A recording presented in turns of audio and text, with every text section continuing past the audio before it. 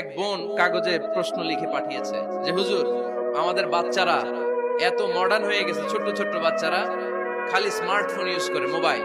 বাচ্চাদেরকে কিভাবে smartphone use করা থেকে বিরত রাখা যায়? আমি এক বাক্যে উত্তর দিয়েছি, মা বাবা যদি অতিমাত্রায় স্মার্টফোন ব্যবহার করা থেকে বিরত থাকে তবেই এটা সম্ভব। মা বাবা যদি অতিমাত্রায় মোবাইল ব্যবহার করা বাদ না দেয়, বাচ্চাদেরকে উপদেশ দিয়ে কোনো লাভ হবে না। চিল্লায় বলেন ঠিক কিনা?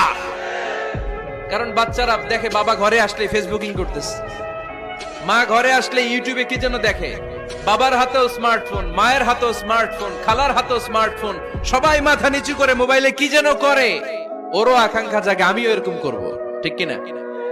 ও যদি দেখতো বাবার হাতে একটা বই, মায়ের হাতে একটা বই, খালার হাতে একটা বই, সেও ঘরের মধ্যে বই কোথায় আছে বই খুঁজতে আরম্ভ করতো।